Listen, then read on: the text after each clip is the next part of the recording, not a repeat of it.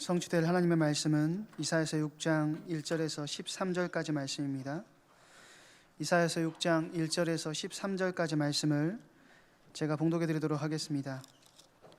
우시야 왕이 죽던 해에 내가 본즉 주께서 높이 들린 보좌에 앉으셨는데 그의 옷자락은 성전에 가득하였고 스랍들이 모시고 섰는데 각기 6날개가 있어 그 둘로는 자기의 얼굴을 가리었고 그 둘로는 자기의 발을 가리었고 그 둘로는 날며 서로 불러 이르되 거룩하다 거룩하다 거룩하다 만군의 여호와여 그의 영광이 온 땅에 충만하도다 하더라.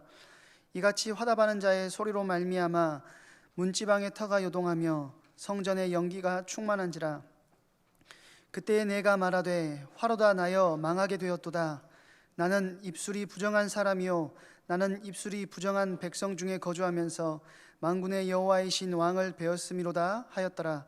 그때에 그 스랍 중에 하나가 부젓가락으로 제단에서 집은 바 핀 숯을 손에 가지고 내게로 날아와서 그것을 내 입술에 대며 이르되 보라 이것이 내 입에 닿았으니 내 악이 제하여졌고 내 죄가 사하여졌느니라 하더라.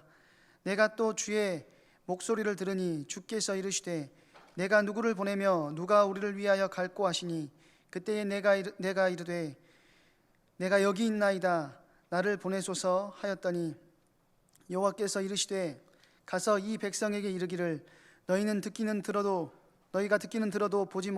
깨닫지 못할 것이요 보기는 보아도 알지 못하리라 하여 이 백성의 마음을 둔하게 하며 그들의 귀가 막히고 그들의 눈이 감기게 하라.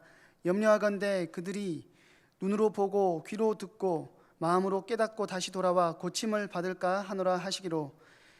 내가 이르되 주여 어느 때까지이니까 하였더니 주께서 대답하시되 성읍들은 황폐하여 주민이 없으며 가옥들에는 사람이 없고 이 토지는 황폐하게 되며 여호와께서 사람들을 멀리 옮기셔서 이 땅 가운데에 황폐한 곳이 많을 때까지니라. 그 중에 10분의 1이 아직 남아있을지라도 이것도 황폐하게 될 것이나 밤나무와 상수리나무가 배임을 당하여도 그 그루터기는 남아있는 것 같이 거룩한 씨가 이 땅의 그루터기니라 하시더라. 아멘. 담임 목사님 나오셔서 나의 인생 스토리라는 제목으로 말씀 주실 때 많은 은혜 받으시기 바랍니다.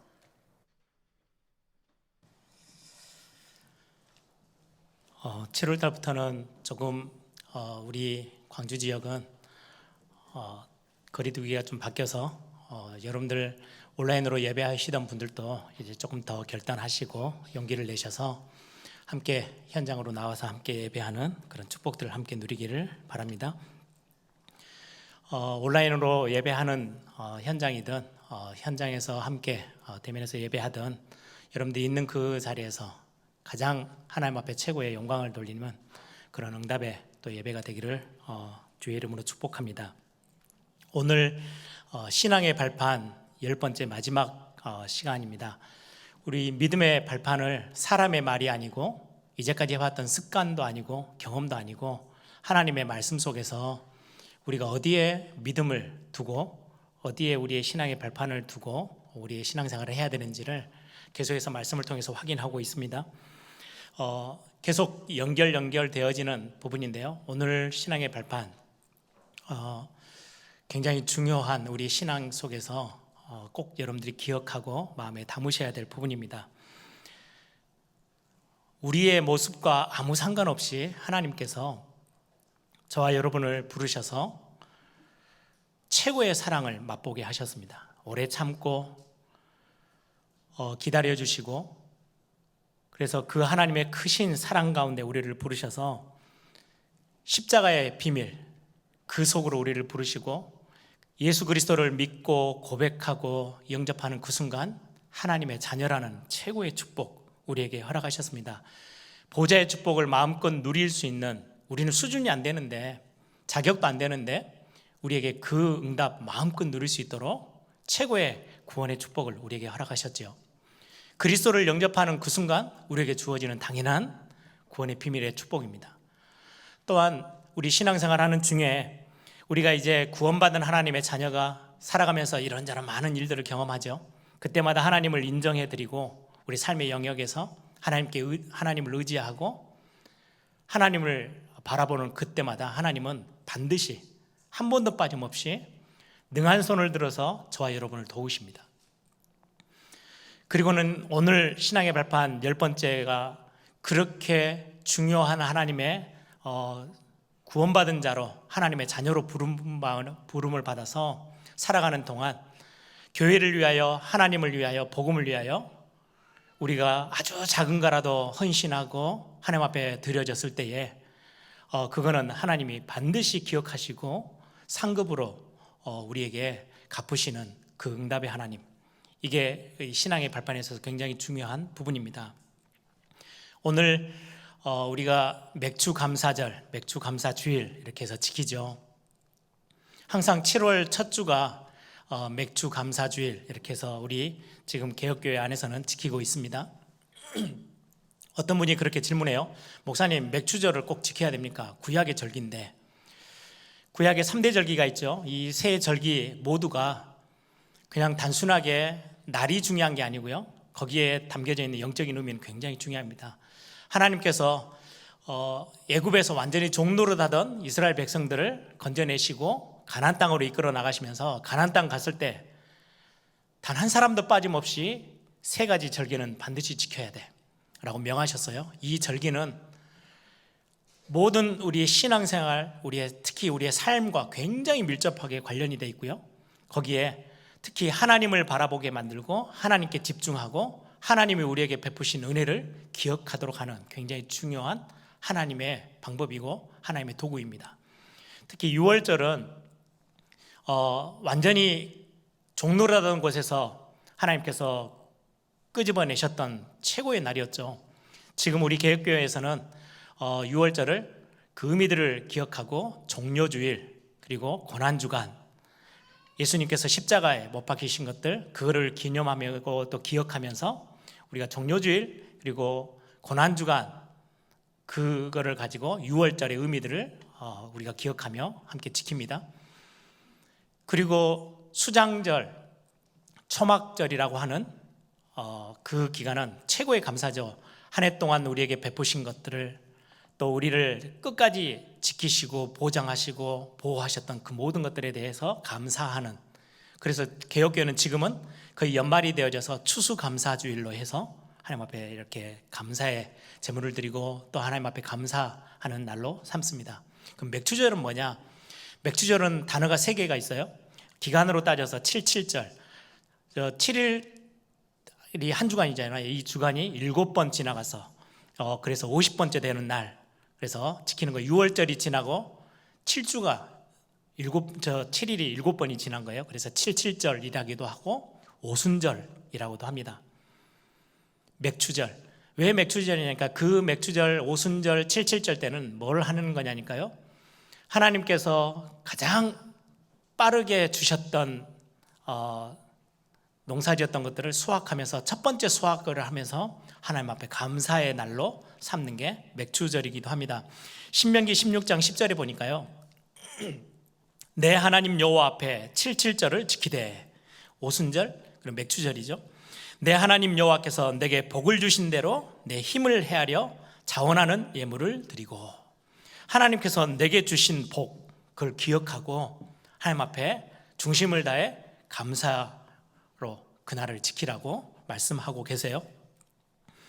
그래서 1년 중에 거의 한 중간 정도, 지금 이제 첫 번째 수확, 그래서 보통 보리 농사를 지어서 이제 드렸다 그래서 맥주절이라고도 하는데요, 거의 한 1년의 중간 정도 되어지는 시간표입니다. 그래서 우리 지금 한국교회뿐만 아니라 개혁교회 안에서는 7월 첫 주를 맥주 감사주일 이렇게 해서 지키게 되죠.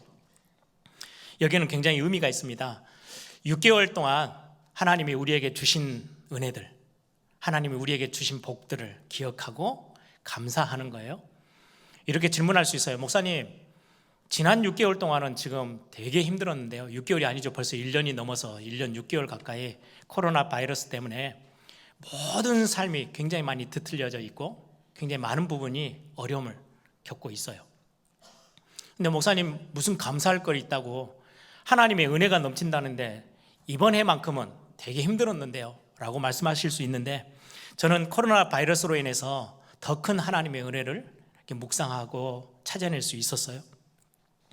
여러분, 솔로몬을 기억하십니까? 성경에 솔로몬을 보시면 왜 우리가 감사할 수 있고 하나님의 은혜가 얼마나 더 컸는지를 우리는 조금 확인할 수 있습니다. 역대하 7장에 보시면 솔로몬이 왕이 되어져요. 하나님이 솔로몬을 직접 찾아오셔서 말씀을 주고받았던 때가 몇 번 있는데요, 그 중에 가장 첫 번째가 솔로몬이 왕으로 부름을 받고 하나님 앞에 감사하면서 1000번제를 드려요. 제물을, 양을 1000마리를 드리면서 하나님 앞에 예배한 거죠. 너무 감사함을 표현했어요. 그때 찾아오셔서 중요한 언약을 솔로몬과 함께 나눠요. 그리고는 두 번째 찾아오셨어요. 이게 오늘 역대하 7장에 있는 본문이에요. 이때는 언제쯤이냐니까요, 한참 진행되어졌을 때 솔로몬이 다윗 왕, 아버지 다윗 왕이 준비해놨던 성전 건축을 위해서요 힘써요. 성전 건축이 7년 만에 완공이 됩니다. 그리고는 주변에 이제 왕궁, 자기가 사는 왕으로서 왕궁과 나라에 필요한 많은 것들, 본인에게 필요했던 많은 것들을 그걸 다 지어내고 너무나도 흡족해요. 그게 한 13년 정도 걸렸어요. 그래서 7년과 14년 하면 거의 20년이죠. 왕이 된 이후에 한 3, 4년 뒤부터 성전 건축을 시작했으니까 왕이 된 이후에 거의 한 25년 안팎의 그 시간표에 하나님이 다시금 솔로몬을 찾아오신 거예요. 오늘 제가 역대하 7장 잠깐 읽어드릴게요. 우리 지금 맥주감사주일 하면서 하나님을 우리가 어떻게 집중하며 어떤 감사의, 어떤 은혜의 것들을 우리가 기억하고 찾아내야 될 것인지를 오늘 잠깐 살펴보는 겁니다. 11절에 보니까 솔로몬이 여호와의 전, 성전이죠, 전과 왕궁 건축을 마치고 솔로몬의 심중에 여호와의 전과 자기의 궁궐에 그가 이루고자 한 것을 다 형통하게 이루니라.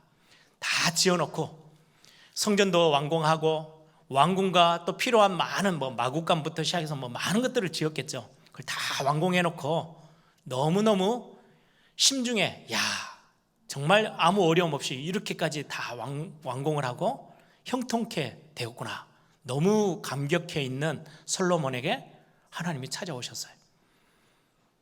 그리고는 하나님이 막 박수 쳐주면서 격려해주고 칭찬해주는 메시지가 아니고요, 오늘 본문은 굉장히 걱정되어지면서 하나님이 굉장히 마음 무겁게 경고성 메시지를 솔로몬에게 허락하시는 거예요. 지금 솔로몬은 야, 정말 잘 됐다, 형통케 되어 있구나, 왕궁도 짓고 성전도 짓고 너무나도 많은 것들을 누리게 됐던 그 시간표에, 야, 심중에 자기 마음에, 야, 형통하게 된 게 너무 감사하네, 너무 좋네, 내가 원하는 걸 다 이뤘네 라고 있는 그 시간표에 하나님이여 칭찬과 격려를 주시기 이전에 굉장히 걱정스러운, 그리고 굉장히 마음 무거운 경고성 메시지를 오늘 허락하시는 거예요. 그 뒤를 보세요. 12절에 밤에 여호와께서 솔로몬에게 나타나사 그에게 이르시되 내가 이미 내 기도를 듣고 이곳을 택하여 내게 제사하는 성전을 삼았으니 혹 내가 하늘을 닫고 비를 내리지 아니하거나, 그러면 기근이 들죠. 자연재해가 생기는 거예요. 혹 메뚜기들에게 토산을 먹게 하거나, 굉장한 심각한 자연재해가 시작돼요. 아니면 전염병이 내 백성 가운데 유행하게 할 때에 내 이름으로 일컫는 내 백성이 그들의 악한 길을 떠나 스스로 낮추고 기도하여 내 얼굴을 찾으면 내가 하늘에서 듣고 그들의 죄를 사하고 그들의 땅을 고칠지라. 무슨 말씀이세요? 하나님이 은혜를 베푸시는데 굉장히 형통케 하시고 번영을 허락하실 때도 있어요. 그것도 우리에게 베푸시는 은혜예요. 또 하나의 은혜는 굉장히 중요한 부분을 두고 환난을 가져다 주시든지 역경을 주시든지 고난을 허락하실 때도 있어요. 그것 또한 굉장히 그 안에는요, 하나님의 굉장한 메시지와 하나님의 은혜가 담겨져 있어요. 오늘 제가 잠깐 읽어드렸던 역대하 7장은 뒷부분이죠. 환난, 고난, 역경, 이것들을 던지시면서요, 굉장한 중요한 메시지를 함께 주시고 계시는 거예요. 이스라엘 백성들에게 하나님이 메시지를 주실 때, 좀 중요한 메시지를 주실 때 사용하셨던 하나님의 도구, 기근, 자연재해죠. 그리고는 전염병, 그리고 전쟁, 이런 것들을 통해서 굉장한 메시지를 또 이스라엘 백성들이, 하나님의 백성들이 깨닫도록 하시는 시간표였거든요. 지금 솔로몬이 다 이뤄놓고 있을 때 하나님이 찾아오셔서 하신 말씀입니다. 야, 너가 원하는 거 다 이뤘구나. 그런데 기억해, 너에게 갑자기 기근이 든다든지 심각한 자연재해가 찾아온다든지 전염병이 돌든지 전쟁이 터지면 아차, 내가 하나님 앞에서 놓친 게 있구나. 빨리 돌아와. 그리고 스스로 낮추고, 이전 성경에는 겸비하며 겸손히 하나님 앞에 엎드려 기도해야 해. 그러면 내가 그 땅을 고칠 거야. 내가 그들을 용서할 거야. 하나님이 하신 말씀이에요. 지금 우리 1년 넘게 코로나 바이러스 때문에요, 전 세계가 들썩들썩해요. 수많은 사람들이 죽어가고 있어요. 몇백만 명이 죽었어요. 이런 심각한 전염병이 찾아와요. 우리 많은 성도들이 그렇게 이야기합니다. 지금 코로나 바이러스 때문에 예배가 너무나도 어려워요. 예배가 방해받고 있어요.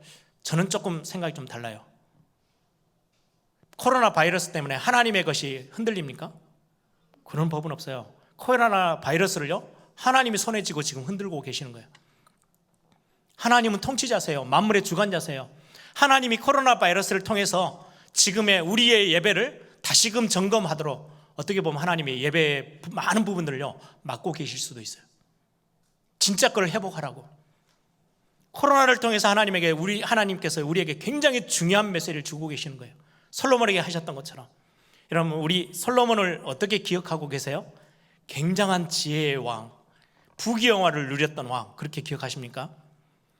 그것도 맞아요. 그런데 또 다른 면이 있어요.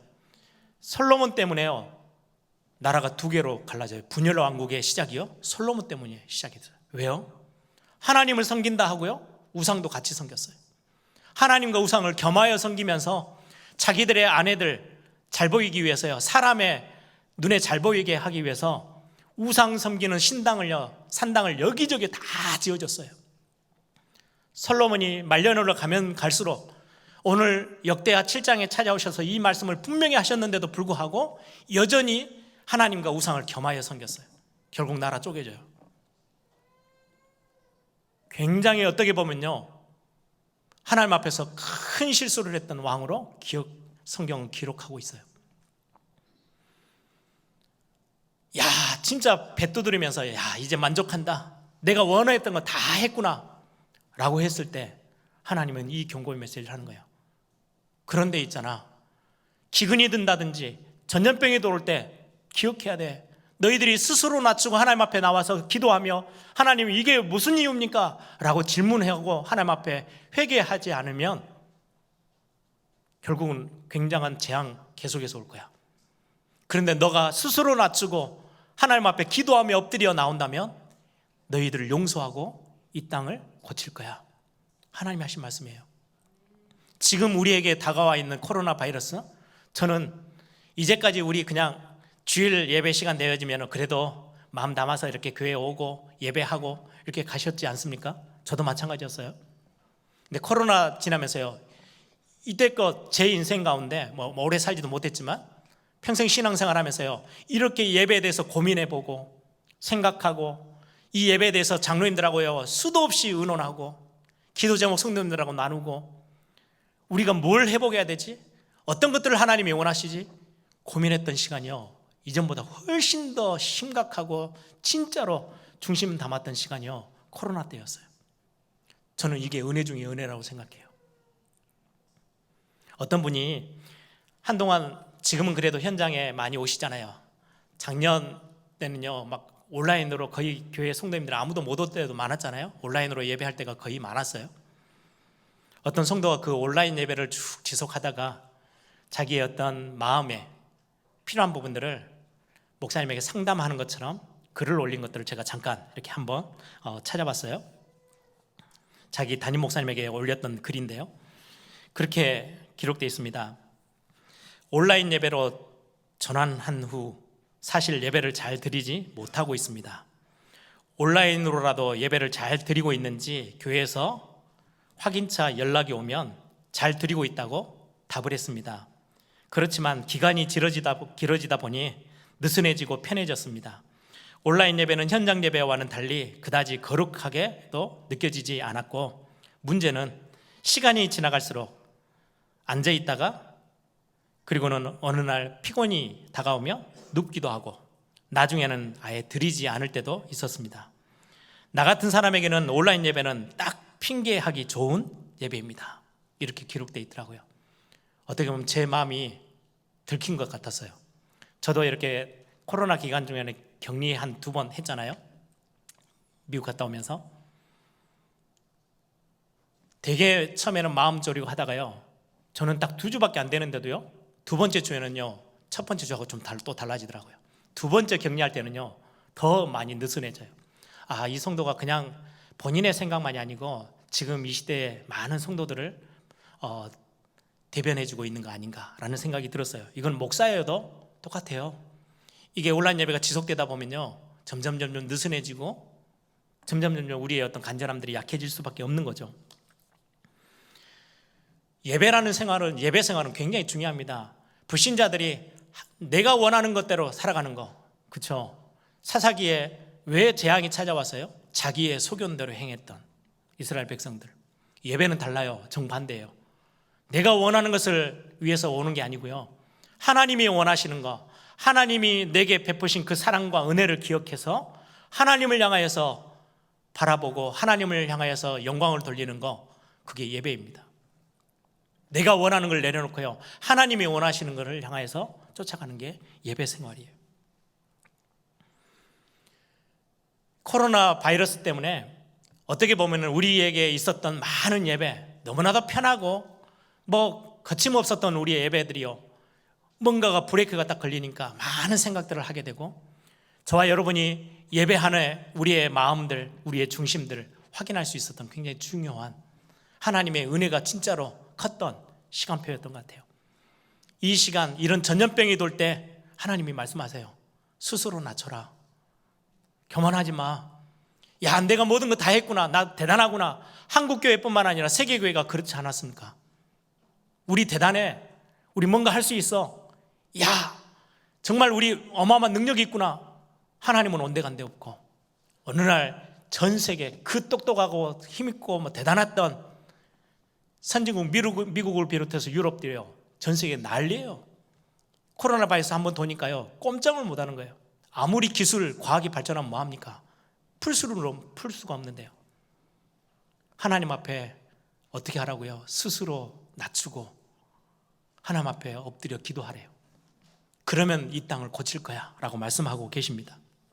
저는 맥주 감사주일 1년 넘게 코로나 바이러스 때문에 되게 힘드셨죠. 근데 저는 참 감사할 게 많더라고요. 오늘 맥주 감사제일을 이렇게 또 지나는 시간, 또 메시지를 준비하면서 내가 이전에 알지 못했던 것들, 놓쳤던 것들 참 많이 회복할 수 있는 시간표로 우리 코로나 때 우리에게 허락하셨구나. 예전에는 당연한 듯이 우리는 그렇게 여겼던 게요, 진짜 귀한 거고 귀한 축복이었던 걸 알게 되는 시간표인 것 같습니다. 그러면 이 시간표, 이제는 뒤로 돌아갈 이유는 없잖아요. 과거를 돌아보며 특히 맥주 감사주일 때 6개월 동안 우리에게 하나님이 허락하셨던 많은 은혜와 축복들을, 복을 기억하면서 우리가 감사를 회복하는 날인데, 그러면 이제는 한 걸음 더 나아가서 더, 아까 우리 장로님도 기도했지만 조금 더 이제 다른 삶으로, 더 하나님이 원하시는 모습으로 우리는 하나씩 도전해 갈 건데요, 오늘 본문의 내용을 통해서 우리 같이 함께 찾아보려고 합니다. 제가 제목을 그래서 나의 인생 스토리, 이제 여러분들 인생 스토리를 한번 작품처럼 만들어 보시기 바랍니다. 이번 맥주 감사주일 그리고 신앙의 발판 10가지를 다 같이 함께 말씀을 나눠요. 이걸 가지고, 이걸 근거로 해서 가장 멋진 인생의 스토리, 여러분들만의 스토리. 오늘 찬송가서 288장을 불렀어요. 가사에, 후렴 가사에 보면 이것이 나의 간증이요 이것이 나의 찬송일세. 영어 가사로 보면요, This is my story, This is my song. 내 노래고 나의 인생 스토리가, 내 인생 작품이 남아있는 거예요. 여러분들 어떤 인생 작품을 남기고 가실 겁니까? 저는 이 제목을 생각하면서 항상 제 마음에 이렇게 제가 어떻게 보면 부담, 짐, 뭔가 이렇게 어렵게 이렇게 붙잡고 있는 게요, 내가 평생 살고 하나님 앞에 신앙생활 했던 이 모습을 하나님이 나에게 주신 세 자녀에게 어떤 스토리로 내가 전달하고 갈 수 있을까? 항상 제 마음에 어떻게 보면 무거운 짐으로 다가와 있어요. 근데 하나 감사한 거는요, 저희 어머니 아버지를 통해서 제가 배우고 보았던 그분들의 인생 신앙의 스토리 저는 기억하고 있거든요. 자녀들이 기억하거든요. 말로 했든 말로 하지 않았든 내 모든 것들이 보여지겠구나. 우리의 자녀들뿐만 아니라 내 주변에 있는 사람들, 교회 앞에 내 인생 스토리를 어떤 스토리를 남기고 갈까? 특히 이 코로나 바이러스를 지내가면서요, 더 많은 생각들을 하게 되는 것 같아요. 어떤 책에 보니까 우리가 하는 일, 여러분들이 가지고 있는 직장, 산업, 우리 랩런트들은 학업하는 거, 가정에서 아이를 키우면서 막 힘들어하는 우리 엄마들 다 포함해서 우리 하는 일이 세 가지로 구분을 짓더라고요. 첫 번째, 영어로는 job이라고 하는데요, 생계수단으로 생각하는 거. 어쩔 수 없이 해야 돼요. 왜? 먹고 살아야 되니까. 저도 가끔 한 번씩 농담 삼아 이렇게 주변에 친한 분들하고 이렇게 하다가 회의 막 하다가 야, 밥 먹으러 가자. 다 먹고 살자고 하는 일이야. 이렇게 하면서 제가 이렇게 했던 말을 기억이 나더라고요. 이 말을 함부로 하는 게 아니겠구나. 예를 들면 제 목사인데 야, 다 먹고 살자고 하는 거야. 이건 완전히 잘못된 거잖아요. 이게 하나님이 주신 굉장히 중요한 건데 먹고 살자고 하는 일은 아닌데, 여러분들 학교에서 아이들을 가르치는 선생님, 의사 선생님들, 환자를 치료하고 또 여러 가지 직장들이 다 있고 우리의 많은 일들이 있잖아요. 직업들이 있잖아요. 어떤 글에 보니까 어떤 의사가 친구에게 하는 말, 오늘 환자 한 명 봤는데 짜장면값 벌었어. 진짜로 이거는 먹고 밥벌이용으로, 그런 의사는 인정받지 못하잖아요. 목회자가, 더 나아가서 목사가 야, 다 먹고 살자고 하는 거지, 이건 진짜 틀린 말이구나 라는 생각들을 하게 됐어요. 아무튼 우리가 하는 일을 그렇게 생계수단으로 생각하는 경우도 있고요. 두 번째는 경력, 커리어를 쌓는, 그냥 이렇게 스펙을 쌓는 일로 생각하는 사람도 있대요. 마지막 하나는요, 이게 소명, 부르심에 그 일을 맡아서 굉장히 중요하게 생각해서 하는 사람들. 만족도를 보면요, 제일 마지막 거, 소명으로 인하여서 이 일을 하고 있는 사람들은요, 굉장한 만족과 행복을 느낀대요. 그냥 잡으로, 생계수단으로 생각하는 사람들은 엄청난 스트레스 견뎌내야 되는 거죠. 왜? 먹고 살아야 되니까, 자녀 키워야 되니까. 제가 그 글을 잠깐 보면서요, 혹시 이 코로나 팬데믹 상황에 너무 어려운데 하나님이 우리를 부르신 그 부르심의 소명이 있는데 혹시 그 상황에 이리저리 휘둘리다가 소명 놓치고 살고 있지 않나. 오늘 맥주 감사주일, 그 신앙의 발판 마지막 시간, 여러분들, 저와 여러분이 이거 꼭 확인하셔야 돼요. 그래서 저는 소명, 사명 이렇게 하면요, 제일 떠오르는 본문이 저의 소명이 되어지고 저의 사명이 확인되어졌던 본문이 이사야 6장입니다. 제 대학생 때요. 제 인생 스토리에 굉장히 중요한 한 파트를 책임지고 있는 게요, 저 이사야서 6장의 말씀이에요. 그래서 오늘 본문으로 제가 택했어요. 이사야 6장에 보시면 1절부터 거룩하신 하나님, 보좌에 앉아 계신 거룩하신 하나님, 천사들이 함께 다 일어나서 날면서 거룩하다 거룩하다 거룩하다, 만군의 여호와여. 그런데 그거와 정반대로 비교되어지는, 너무나도 부정되어지고 너무나도 망가지고 망해 있는 내 인생의 모습, 이사야가 그렇게 고백해요. 저는 그 모습이요, 제 모습으로 보였어요. 이사야 6장을 묵상하다가요, 야, 내가 완전히 망해 있고 나는 완전히 부정하고 죄인 중에 죄인이구나. 나는 하나님의 그 거룩하신 보좌와 절대로 비교할 수 없는, 너무나도 황폐케 되어져 있는 내 인생의 모습이 보여졌어요. 그런데요, 얼마나 은혜인지요. 그런 나를 하나님이 부르셔서 내 입을 하나님이 그 제단의 숯불로 다 지져서 이제는 괜찮아, 너 깨끗하게 됐어, 네 모든 죄가 다 사해졌어. 나를 부르셔가지고요, 구원의 어마어마한 하나님의 축복의 대열, 보좌의 축복을 누릴 수 있는 그 대열 속으로 나를 하나님께서 부르신 게 얼마나 감사한지요. 그리고는 8절에 하나님이 그렇게 질문하는 겁니다. 내가 또 주의 목소리를 들으니 주께서 이르시되 내가 누구를 보내며 누가 우리를 위하여 갈꼬. 내가 누구를 보내며 뭔가의 현장을 향하여서 하나님이 정말로 풀어나가야 될, 하나님이 해결해야 될 그 현장, 살려내야 될 그 현장, 그 뒤에 본문이 나오죠. 황폐케 되어져 버린. 어느 정도로 황폐케 되어졌어요? 하나님의 말씀을 들어도 이제는 전혀 반응도 없고요, 듣지도 않고 들어도 상관없고, 밤나무, 상수리나무가 다 베어서 완전히 황폐케 되어져 버린 그 현장을 두고 누가 나를 위하여서 갈꼬? 내가 누구를 보내야 될까? 라는 질문에 어느 날 제가 하나님 앞에 무릎 꿇었어요. 하나님, 저 너무 능력 없어요.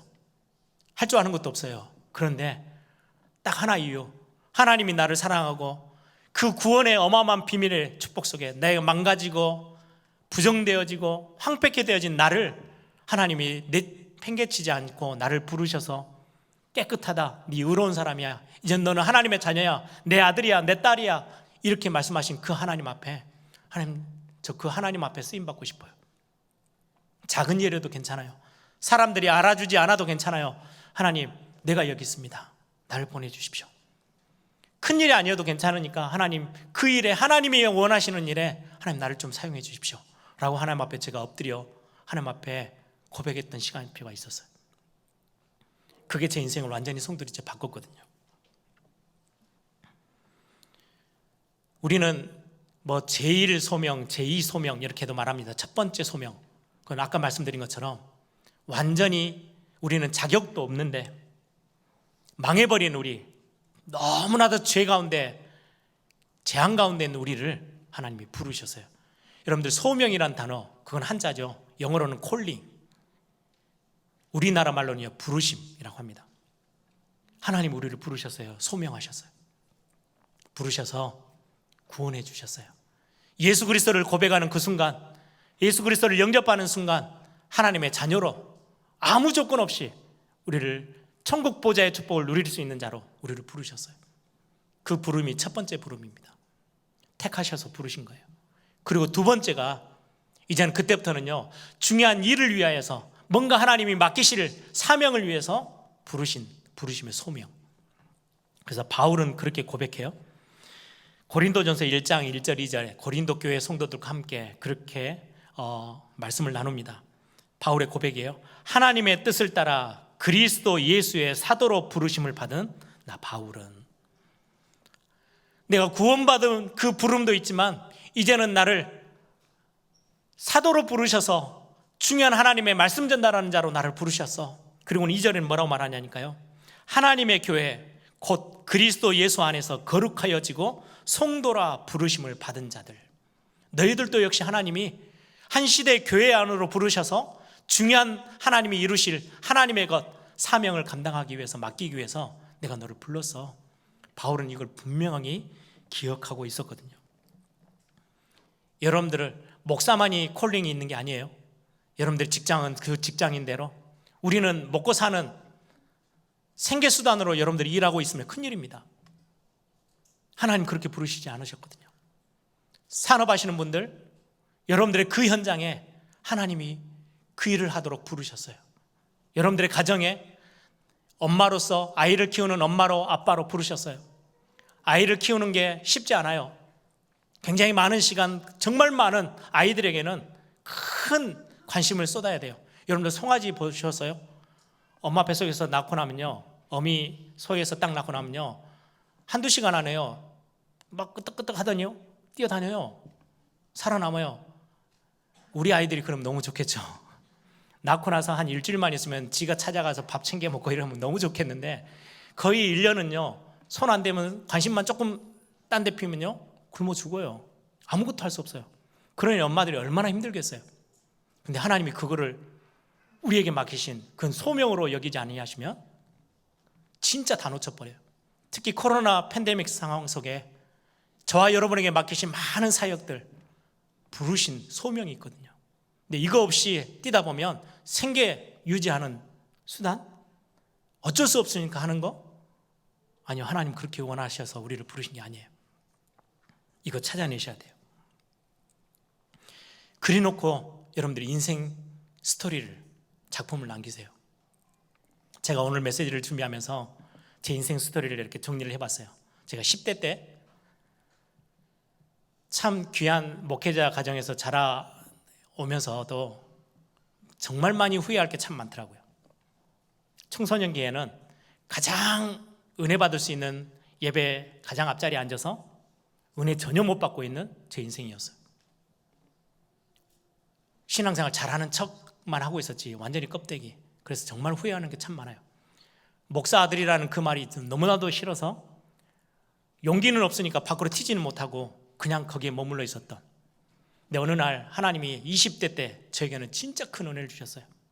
말로 다 표현할 수 없을 만큼, 나 같은 사람이 이런 은혜를 받아도 돼? 할 만큼 어마어마한 은혜를 하나님이 나에게 주셨어요. 제가 딱 대학 1학년 들어가서 내가 청소년기 때 그렇게 은혜의 자리에서 한 번도 제대로 은혜를 마음껏 받지 못했던 제 모습을 보면서요, 하나님, 진짜 하나님 나에게 은혜를 좀 주셔야 돼요. 그때 찾아냈던 단어가 3단어예요. 간절함, 사모함, 청종함이에요. 제가 대학 시절 20대 때요, 하나님이 제게 베푸신 은혜였거든요. 하나님 예배 자리에 와서 제가 그 생각을 했어요. 짧은 생각인데, 하나님, 분명히 하나님은 살아계시고 실수가 없으신 분이신데 나를 이 예배 자리를 부르셨다? 그럼 분명히 내게 뭔가를 하신 말씀이 있어서 부르셨을 건데 나를 불러놓고 그냥 재미삼아 불렀어? 그런 하나님을 내가 믿을 이유는 없잖아요. 하나님, 그러면 오늘 이 예배 때 말씀을 통해서 내게 하나님 듣게 하실 게 있죠. 그래서 제가요, 귀를 쫑긋 세우기 시작했어요. 청종함. 그리고는 간절히 그 예배를 사모하고요, 은혜 주시기를 간절히 소망했어요. 그게 제 20대 때의 인생이에요. 그때 하나님이 참 많은 것들을 보고 경험케 하셨어요.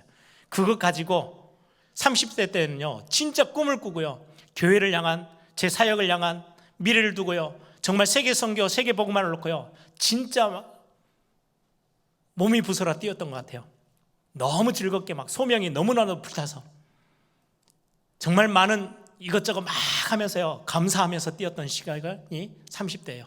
정말 자격도 없고 힘도 없고 능력도 없는 제가 너무 감사함으로 막 뛰었어요. 40대 때는 제가 뭐 했는지 아세요? 엄청나게 싸웠어요. 다른 싸움이 아니고요, 제게 분명히 천명, 소명, 사명이 있는데 이게 점점 둔해지고 무감각해지는 거. 그래서 무감각과 싸우고 둔감해지는 것과 싸우는 시간을요, 거의 40대 때 다 보낸 것 같아요. 조금 하면은 내 경험이 튀어나오고요, 옛날에 했던 것들이 튀어나오고요, 뭐 좀 잘난 체 할 것 같고 내가 뭔가를 했던 것들, 이런 것들이 나오면서요, 그것과 엄청나게 싸웠어요. 아니요, 하나님이 내게 주신 소명 때문에, 그것 때문에 내가 꿈꾸며 비전 가지고 여기까지 왔는데 이건 놓치면 안 돼. 그 영적인 싸움을요, 치열하게 했던 게요, 제 40대였던 것 같아요. 이제는 50대 들어서서 이제 60대를 향해서 갈 때, 저는 50대, 60대를 두고 메시지 때 제 노트에 그렇게 적었어요. 이제는 언약적인 도전을 해야 될 때다. 교회 안에서 우리 교회 건축도 남아있고 많은 사역들. 그래서 지난 우리 장로회 모임회 때는요, 제가 그런 기도 제목을 좀 나눴어요. 오늘 산업선교 때도, 원래 할 때도 그런 이야기를 좀 할 거예요. 이제는 제가 하나님 앞에서 용기를 내서, 믿음의 용기를 내서 언약적인 도전을 할 것들을요, 제가 많은 꿈, 그 뒤에 있는 진짜 꿈들을 두고요, 기도하기 시작했어요. 여러분은 어떠합니까? 여러분들이 지금 손에 주어져 있는 환경들 때문에 되게 쉽지 않는, 지금 넘어서야 될 많은 부분들이잖아요. 아이를 키우는 엄마 아빠든 부모든 사업하는 분들이든 직장생활하는 분들이든 학교 다니는 우리 렘넌트들이든 코로나 기간 동안에요, 정말 많이 힘든데 이 코로나 때문에 우리가 이리저리 휘둘리지 않고 진짜로 소명, 여러분들이 찾아내는 축복된 시간 되길 바랍니다. 마지막입니다. 이 소명, 하나님의 부르심 앞에, 또 맡기신 사명 앞에 우리가 한 걸음 한 걸음 걸어가는데요, 하나님은 그냥 두지 않으세요. 그걸 그대로 갚으신대요. 저는 이게 제 믿음의 고백이에요. 갚으시는 하나님. 제가 일하다 보니까 어떨 때는 오해도 받고 어떨 때는 막 욕도 먹고, 나하고 상관없이, 제 중심하고는 전혀 상관없이 이런저런 말도 많고 심한 욕도 들은 적도 있어요. 그때 제가 씩 웃으면서 제 믿음의 신앙의 발판이에요. 믿음의 고백이에요. 하나님이 아시지. 그리고 하나님이 갚으실 거야. 불의하게 나를 뭔가 막 음모해서 나를 막 꺾으려고 했던 그 거짓말들 하나님이 아시고 하나님이 갚으실 거야. 불의한 자에게는 불의하게 갚으실 거야. 내가 부족하지만 실수도 많지만 내가 하나님 앞에 내 중심이 어떠한지를 아시는 하나님은 분명히 내 인생 가운데 갚으실 거야. 저는 렘넌트들과 성도님들이 상담하러 오시면요, 제가 자주 그런 이야기 드립니다. 괜찮아요. 하나님이 아시고 하나님 갚으세요. 속지 마세요. 하나님 우리를 속이시는 분이 아니세요. 하나님 우리를 위해서요 상급을 예비해 두셨어요. 마태복음 10장 42절에 그렇게 말씀합니다. 또 누구든지 제자의 이름으로 이 작은 자 중 하나에게 냉수 한 그릇이라도 주는 자는 내가 진실로 너에게 이르노니 그 사람이 결단코 상을 잃지 아니하리라 하시니라. 하나님이 상급을 갚으실 것을 다 예비해 놓고 계신대요. 여러분들이 교회를 위해서 아주 작은 거 아무도 안 알아주는데 교회를 너무나 사랑하는 하나님이 사랑하시는 이 교회를 향해서 여러분들이 작은 거 하나 마음 두고 헌신하고 여러분들이 뭔가 심부름했던 거 하나님은 그거 다 갚으세요. 상을 잃지 않게 하신대요.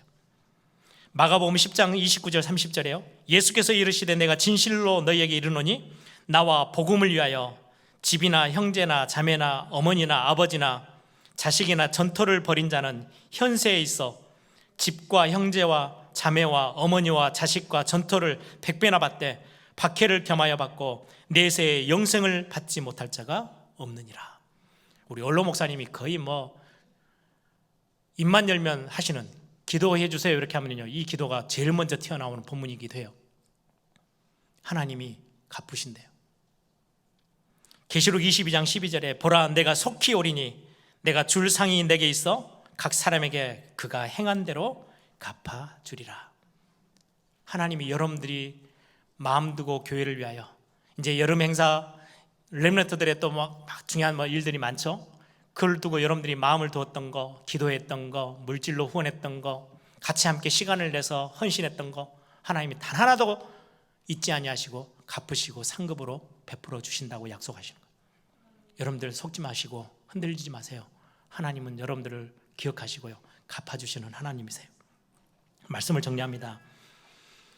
젊은이가 참 많은 교회, 어린이가 많은 교회, 저는 그 교회 참 좋아하고 우리 교회에 많은 젊은이들과 렘넌트들이 있음이 참 감사해요.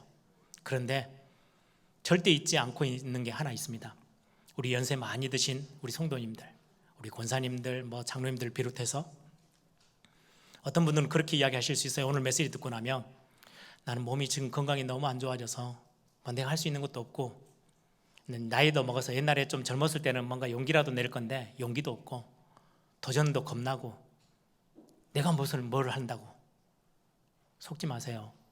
하나님이 여러분들의 부르심이 있어서 이 자리에 세워놓으신 거예요. 나는 나이가 먹어서 아무것도 할 수 없어요. 아니에요. 하나님이 아브라함을, 모세를 끝까지 이 땅에 있는 동안은 하나님이 소명 가지고요 사명 감당하도록 사용하셨어요. 여러분, 교회를 위하여 복음과 전도와 선교와 후대를 위하여 여러분들이 마음 두고 기도의 파수꾼으로만 서도요 그게 가장 큰 사역이에요. 이 배경 없으면 우리 젊은 렘넌트들이 미래를 향해서 꿈을 꾸고 언양을 향해서 도전할 수 있는 거 불가능해요. 여러분들이 그 자리에 서 계시는 것만으로도 부르심에 합당한 자. 그래서 베드로후서 1장에는요 10절에 뭐라고 말씀하느냐, 택하심, 부르심과 택하심에 굳게 서라 라고 말씀해요. 여러분들이 연세 많이 드시고 나는 건강이 너무 안 좋아서 아니에요. 여러분들의 자리에 주저앉아 있지 마세요. 여러분들의 하나님이 부르심 분명하게 여러분들을 향해서 있어요. 그리고 그 자리에, 여러분들의 자리에 맞게끔 맡기실 사명이 있어요. 그거 놓치지 말고 여러분들이 붙잡고 승리하는 우리 모든 성도님들 되기를 소망합니다.